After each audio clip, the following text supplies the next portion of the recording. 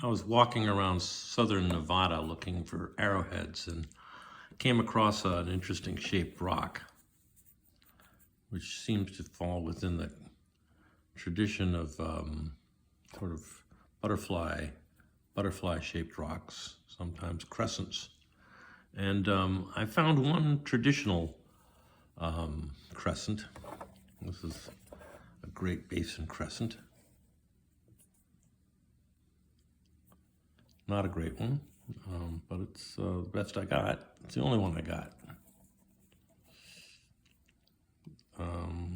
In a different place, over by Pahrump, I was just looking in the dirt, and I found this one. And whoops, I have a feeling that this sort of, you see that the use wear in there. This one is very crude, very old. I don't consider these other items that I'm going to be showing you to be Great Basin Crescents. They're from the fringe of the Great Basin, and they're not really very much like this. They're, well, the nicest one I found was this one, which is a monofacial stone tool. It's made with a technology which it's called prepared core, meaning all the flakes on this surface were removed from the core before this piece as a whole was removed from the core. And a couple of additional breaks were needed to make this thing symmetric. Again, U-square along there and along there. So in general, these, it's not, no one's sure how Great Basin Crescents were used, whether they were knives or scrapers or actually attached to spear shafts for killing wildfowl, which is possible. But there's no likelihood that such a heavy item with no point on it, that's got U-square here and here, this type of an item certainly wasn't attached to an arrowhead, an arrow shaft or spear shaft. This is an older technology. Excuse me. Now let me tell the story of these butterflies. I was looking around. Sorry. As I said, I saw this on the ground. I thought, I think I should collect that. It's rather symmetric. It's rather interesting shape. Made from a single flake. There's a little bit of retouch around one side of it. And I saw another one, on the ground near it. It looked similar. I thought, I don't know, should I collect this or not? Well, if I don't collect it, I'll be kicking myself later because, I want to compare it to the first one I found. And then I saw another one. I don't know the order here. I saw another one.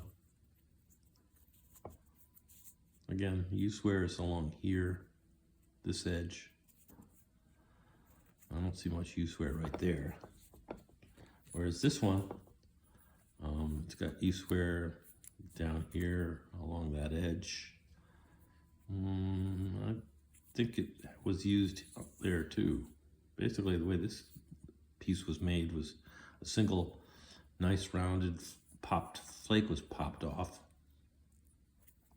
from there, bam, a nice bulb of percussion, and then, a couple more flakes were knocked off of this portion of it to make that characteristic shape. And I looked around, I saw another one. I said, well, once you start collecting one or two, you go, what the heck, I'll pick up every one so I can compare them.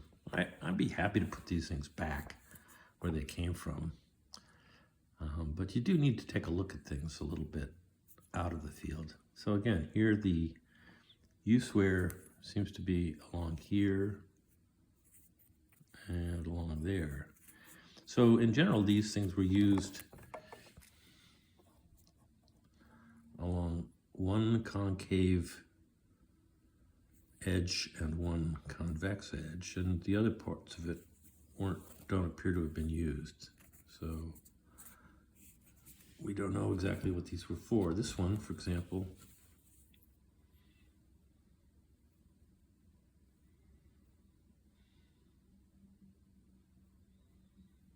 Again, a single flake, maybe a little bit of thinning in one part. U-square along there.